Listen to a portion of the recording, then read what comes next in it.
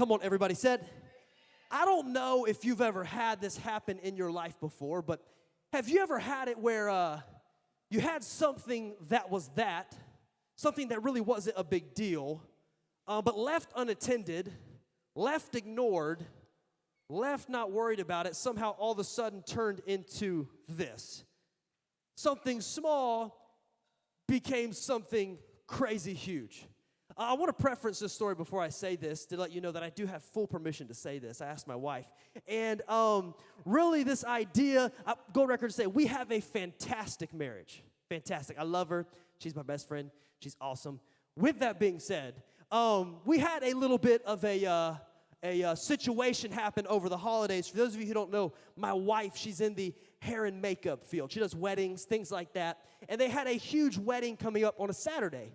So she came to me earlier in the week. It's the holiday season. Everybody's cheery. And she came to me earlier in the week, and she said, hey, just giving you a heads up, we have a huge wedding on Saturday, so I'm going to need your help with the girls. We have 2 daughters. I'm going to need your help with the girls Friday.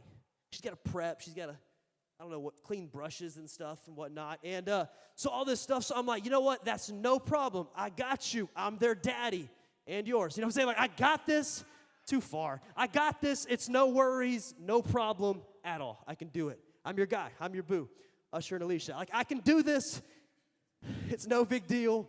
And that day came, that Friday came, and I woke up early. I wake up. Paisley is laying next to me. She's asleep. Naomi is asleep.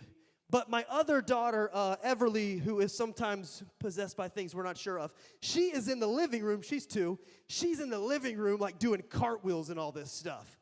And I'm like, I walk downstairs, and I'm like, Evie, what are you doing? It's like 6 in the morning.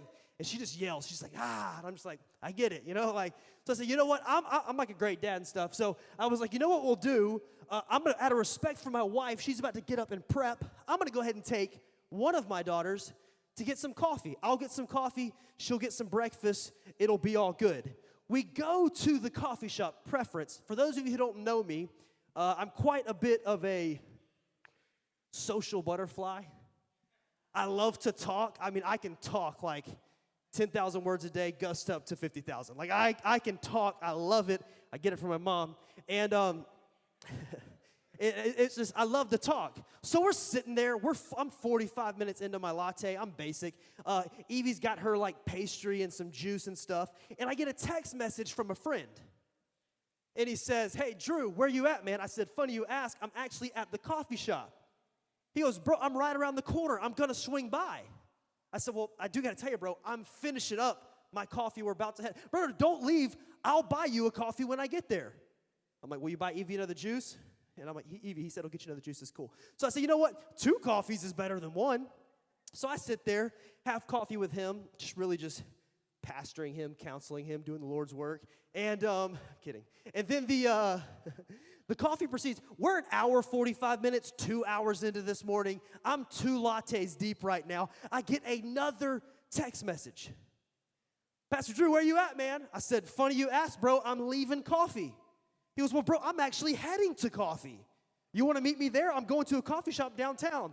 I looked at Evie, and I was like, should we? And I said, 3 is better than 2. So we met this other person over at another coffee shop.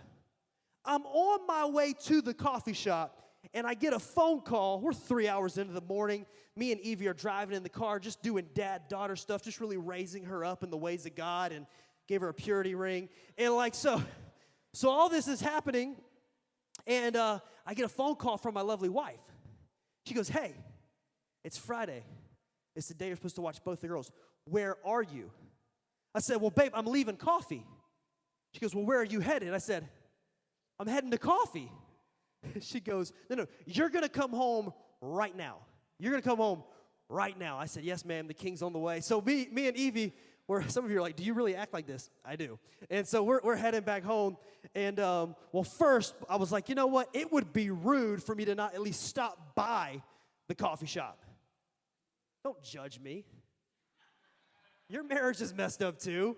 So, like, I stopped. It'd be rude. Me and Evie agreed it'd be rude to not at least stop by and be like, yo, what's up, man? I made a promise I'd come see you guys, but I also made a promise that I got to get back home to watch the girls. So it's been awesome. Got my free coffee, and I headed home. When I got home, husbands, you know what I'm talking about. There was a chill in the air, if you will. It was, and it's the Christmas holidays. I know it's all about, like, hark the angels sing and peace on earth, goodwill towards men. Not this one. Like, it was bad. She looks at me, and she goes, where have you been, Mr. 3 coffee guy, the day I asked you to watch the kids? I said, I asked to coffee. I'm going to go drink coffee with the boys. I took Evie with me. What's the big, oh, you're just out lollygagging with the boys. I said, Merry Christmas. You want to open your present now, early? And she looks at me. I can't make this up. I'll never forget it. She looks at me, and she goes, I don't know when you're going to get another opportunity to prove to me and the girls that you love us. So you brought the girls into this? What?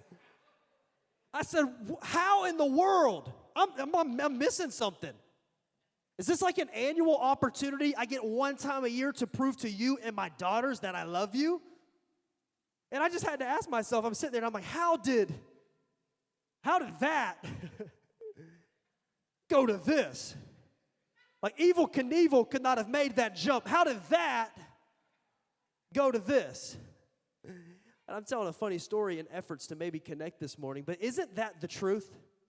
In life, so often, things left unattended, things left not really worried about, all of a sudden, how does it go from that to this? How in the world did that go from that to this? It's just kind of a simple statement. You can write this down. It's just the truth. Don't argue, but it's true. You are growing. This year in 2022, you are growing. I'll prove it to you. We're talking about Evie. I don't know if you've seen this on Instagram. Some of you are like, is he going to get to the Bible? I will. But I don't know if you've seen this on Instagram, but there's this thing called tap in. Anybody familiar with the Instagram stories? Just look at me and nod your head, okay? So it's like basically it asks you to do a certain. So the thing was like tap in a picture of your daughter from the beginning of the year to the end of the year. Do you have that picture of Evie? Throw it up there. Holy smokes. I saw this on Instagram. Beginning of 21, end of 21. When I saw this, I cried, no joke. I ran over to her, I was like, Evie, stop growing. I was like, this happened overnight. What in the world? How many know it didn't happen overnight? I just see her every day. And her growth was sneaky. Her growth was slow. Her growth at times was even unnoticeable. And so it is with your life. Your growth this year in 2022, listen to me, it's slow. It's unnoticeable. It's sneaky. But I can promise you, in a year's time, when we step back and take a look, I can assure you it will be evident. So my question to you for 2022 is not, are you growing? Of course you are. My question to you is, which way are you growing? Because all of us are growing. Our decisions, our circles, who we choose to date, who we choose to marry, who we choose to align ourselves with, everything impacts our growth. I was thinking, 2022, how to ensure that you have a year of pain, regret, and sorrow is not actually as difficult as you think. Here's the recipe for that. Write this down. It's called one small compromise at a time. Nobody starts the year going, you know what? I want to sever my relationship with my kids. No, it just happens one small decision at a time. Nobody says, you know what? I want to ruin my marriage. No, it just happens one small conversation, one small text at a time. I want to sabotage my life. No, you don't start with that. And all of a sudden you're left at the end of the year. How did it go from that to this? Nobody says, this is the year I become a drug addict. Nobody says that. You don't just start on heroin. You don't. It's gateway. Things happen. It's one small compromise at a time. Here's a thought, write this down. Whatever you nurture in your life will grow in your life. Whatever you nurture will grow. How did that become this? That was not my intention. That was not what I wanted to happen. That was not the business decision that I thought would lead to this. How did that become to this? Simple definition for nurture. You ready? Write this down. Whatever you are feeding or protecting is what you're nurturing. So I got a question for you. What are you feeding in 2022 that you ought to be starving in 2022? What are you concealing in your life that should actually be confiscated in your life? Because whatever you nurture, I can promise you, it will grow. Now, if it works in the negative, how many know it also works in the positive? Like if this is the year you feed positive friendships in your life, like not friendships that are there for you and you have something to offer them. No, real friendships. How many know if you feed that, guess what? You're going to take a step back and go, oh my goodness, how did I go from that to this? Lonely to surrounded. If you start taking your dating relationships intentional, if it starts becoming a big deal to you, not dating the girl that's convenient, but dating the girl that's godly. Not dating the guy that's convenient, but dating the guy that's godly. But Pastor Drew, I love this. He's so cute. He won't be. Give it time. Time is undefeated. Gravity happens to everybody. Those long, luscious brown hair he has, give it time. It'll turn gray. It might just throw in a towel and surrender and turn loose. You don't know. You don't know. But if you'll take that serious, if you'll actually start monitoring it and nurturing the things that are important, you'll see, how did it go from that? Your spiritual growth. Nurture it. And at the end of the year, you'll go, oh my goodness, how did it go from that to this? Sanctuary church. If we'll make the main thing at all cost, at all times, I believe we'll take a step back at the beginning of 2023 and we'll go, oh my goodness, how did we go from that to this? Maybe you're here this morning and you actually are like somebody who'd say, I'm not too sure about this whole thing. I just have a little bit of faith. Well, our Bible only requires faith the size of a mustard. You nurture that faith. You come to church, you join a small group, you start serving, and watch decades from now as you take a step back and you look at your sons and daughters and you look at your grandkids and you're going to go, how did it go from that to this? What you nurture in your life will grow in your life. So here's a question.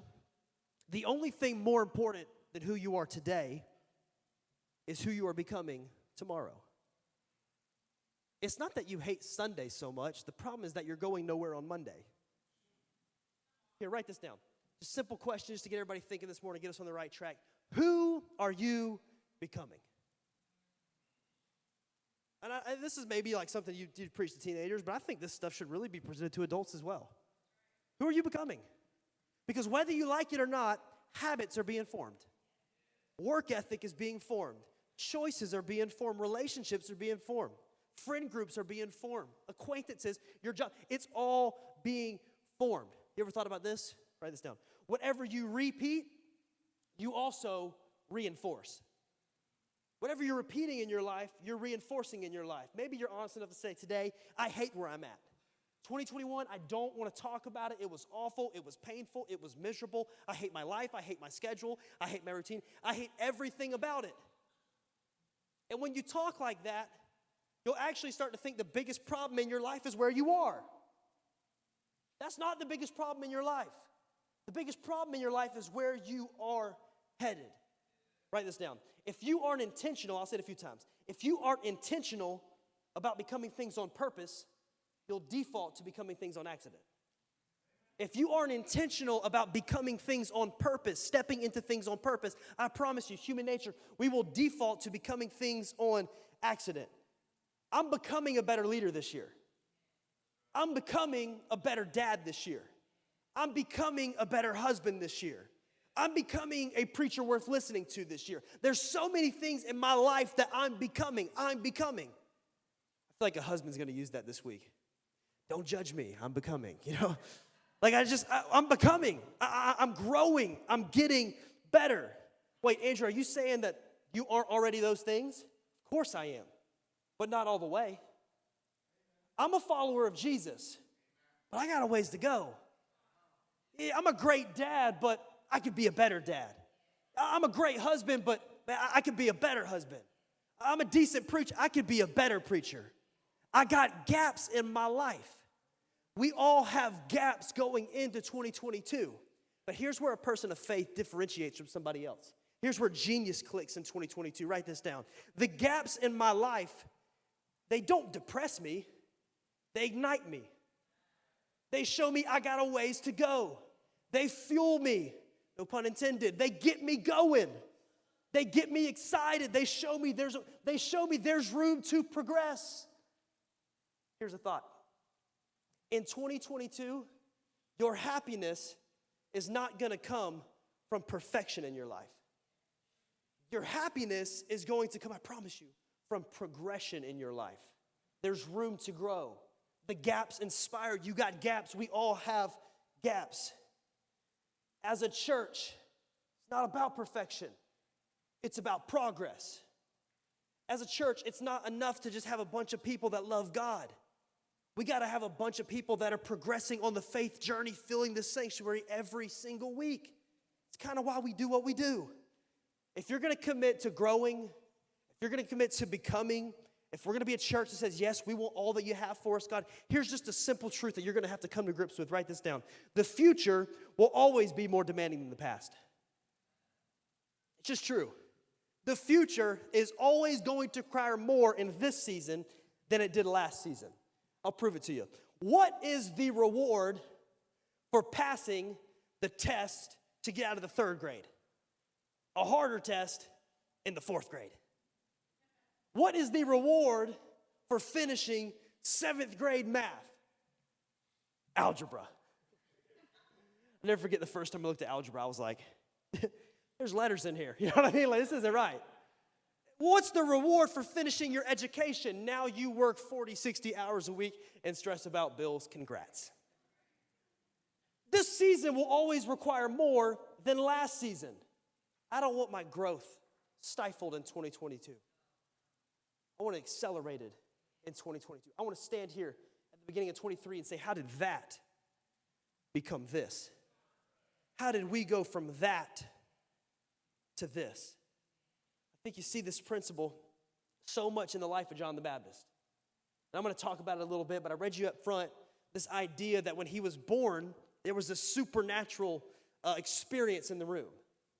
People were going, oh, I just got a sense that this guy's going to be something. I got a sense that this guy, I got expectancy on his life. How many know your birth into this world was much like John the Baptist's birth into this world? Your parents might have told you you were an accident. Your parents don't know what they're talking about. Maybe you weren't on purpose to them, but I can promise you, you were always on purpose for God.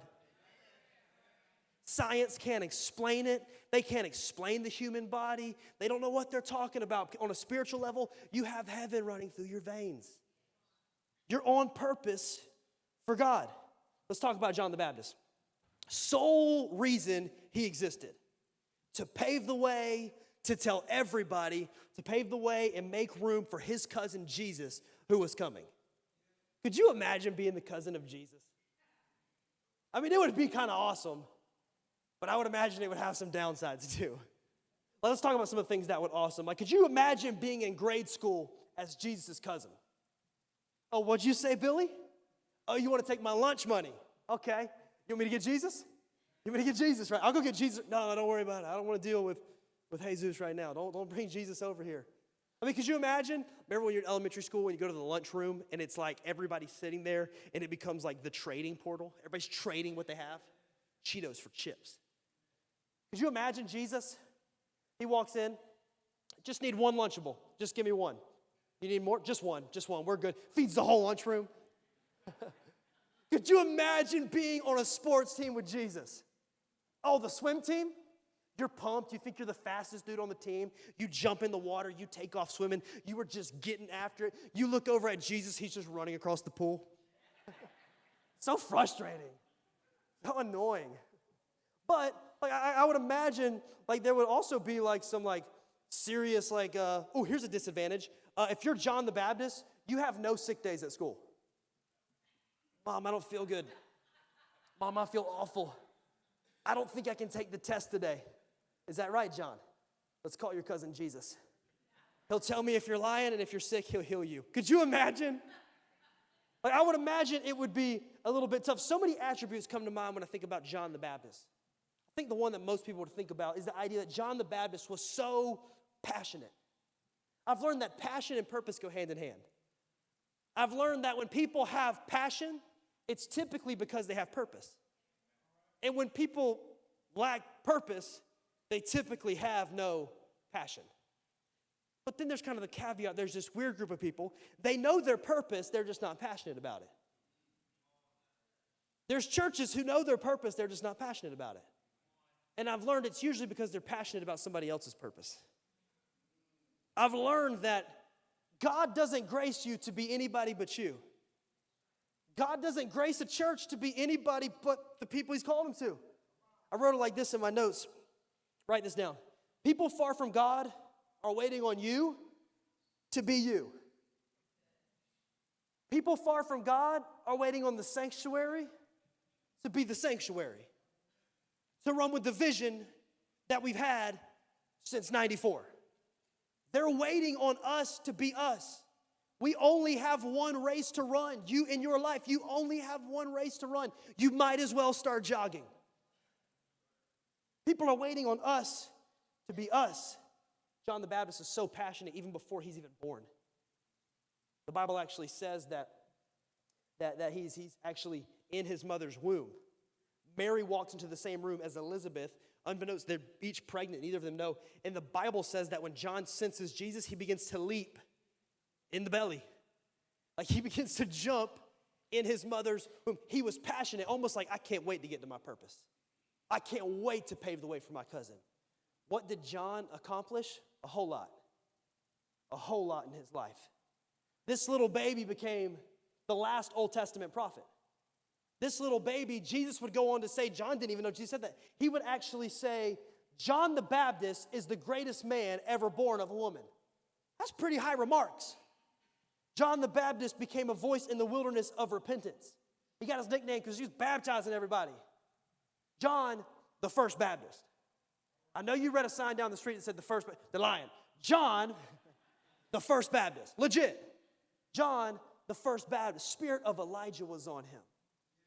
He was the forerunner for Jesus. Loved by the masses, hated by King Herod. Did so much for God, ends up with his head on a platter at a crazy dance party. How did that little baby do all that? How did he go from that, people saying, what will this child become, to this? How did he do all of that? I think we have to look at what John himself said. Can you throw up the next verse for me? John himself said it like this. He being Jesus, must become greater, and I must, what's that word? Become less. Church, Jesus has got to become greater. The sanctuary has got to become less. Us as individuals, Jesus has got to become greater. We've got to become less. Here's what I've learned. If Jesus will become greater and we will become less, I promise you, your purpose will become crystal clear. And when your purpose gets crystal clear, when a church's purpose gets crystal clear, you can't help but be passionate about it. I don't know what New Year's resolutions you have this year. I hope you have a ton. I hope you start the business. I hope you start journaling. I hope you join the spin class. I hope you do all those things. But I pray if you're a follower of Jesus and a person of faith, at the top of your list, it would say, God, this year I want to become less so you can become more. I want to leave you with two thoughts, and we're going to get out of here this morning. Does that sound good?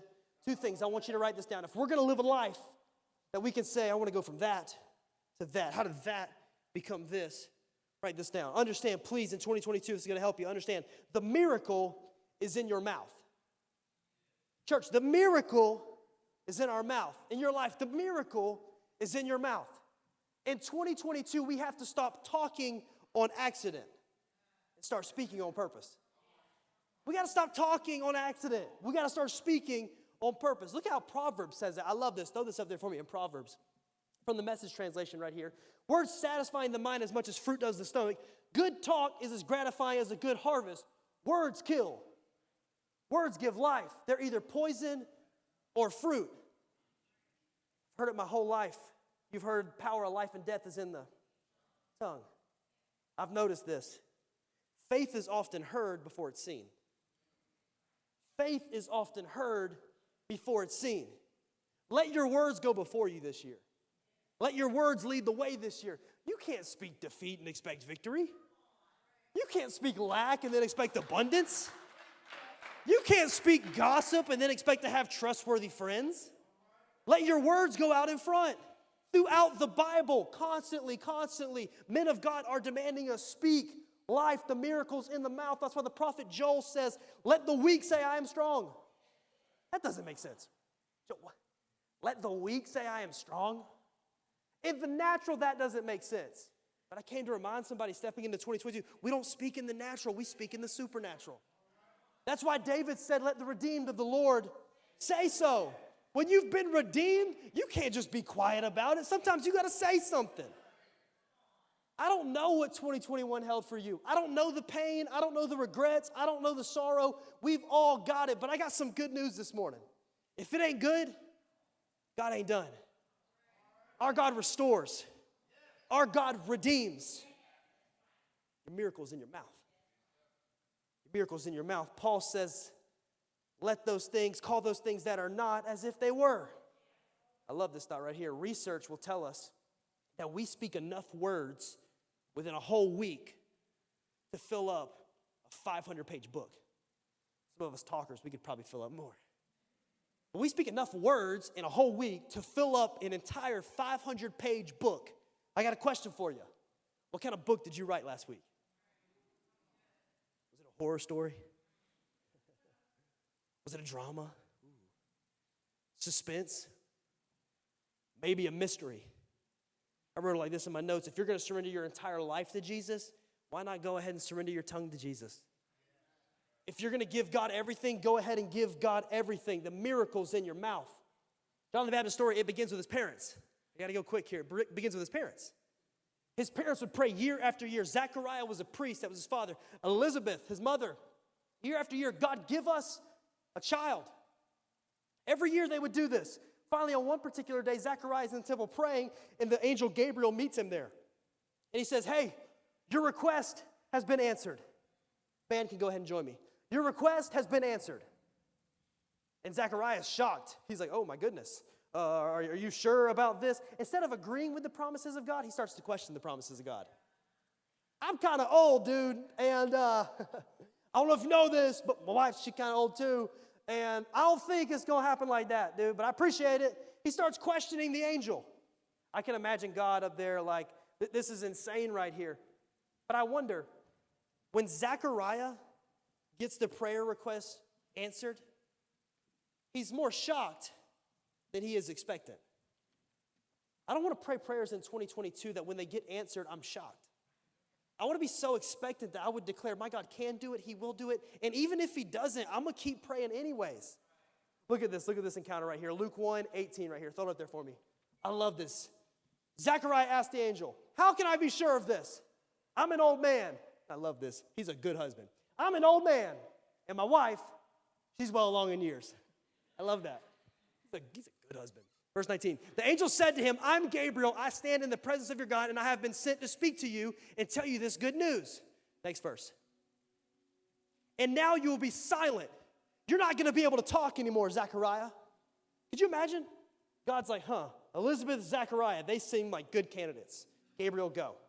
Gabriel goes. He goes in there, tells him you're going to get a child. Zechariah starts questioning. God goes, whoa, I didn't know we were working with this guy. I got an idea. You're not talking for 9 months, dude. 9 months. Silence. Silencio. Silence in Spanish. You're not going to say a word. Nothing. You're done. No talking. Andrew, that's kind of weird that he took his voice. Why in the world would he answer a miracle, answer a prayer, provide a miracle, and then take his voice? I just get the feeling God knew if he doesn't get you to stop talking, you're going to talk yourself right out of a miracle. Church, if he just won't get us to stop talking, we might talk ourselves right out of growth. If we just won't, listen to me. If you don't have the strength to speak faith, do us all a favor. Stop talking. I almost said shut up. That'd have been mean. Stop talking. My mom used to say it like this: if you ain't got nothing nice to say, don't say nothing at all. You're ever going to get to where God wants you? I know you don't have faith right now. Quiet your mouth and let God do the work. It's crazy. He's born. His dad ain't been able to talk for 9 months. Elizabeth goes, his name's going to be John. Everybody's like, that doesn't make sense. Nobody in your family's named John. Zechariah, he can't talk. Hand a piece of paper. They hand a piece of paper, and he writes down John. And at that moment, he's able to speak again. Why did he regain his voice? Why did he regain his influence? Why did he regain his impact? Because this was the first time he came into agreement with the promises of God. When you get in agreement with the promises of God, I promise you, everything takes care of itself. Here was my fear preaching this point. My fear was that we would come in here and I would say this and we'd all get fired up and you'd be like, man, that's some word of faith stuff. I love that stuff. That's not what I'm trying to bring to you this morning. I'm not trying to preach name it and claim it. I'm not sure that's true. I'm not trying to preach blab it and grab it. I'm not trying to say, because sometimes when we say these things, we'll think, okay, so we're supposed to get God to come into agreement with us. No. We're trying to get us to come into agreement with the promises of God. The miracle's in your mouth, church. The miracle's in the mouth. How did that become this? Last thought. We'll get out of here. The miracle's in your mouth. You want to go from that to this? Please understand 2022. The miracle's in your mouth. The second thing I got to encourage you with, this year, you got to commit to growing slow. Grow slow. Grow slow. We think John the Baptist, great preacher, preached to the masses. That's not how it always started. John the Baptist spent most of his time in solitude, in the desert. Something about a desert, church. Something about a season of life where nobody's around. Something about a season of life that's filled with solitude. What could grow in a desert season of life? Anybody honest enough to say, I'm in a desert season of life? This is where his passion was created. I'm certain this is where his gifts were developed. I'm certain this is where his strategy, this is where everything came. This is where he got close to God. In the desert. In the desert, but yet he started in the desert in solitude. And he spoke to the masses.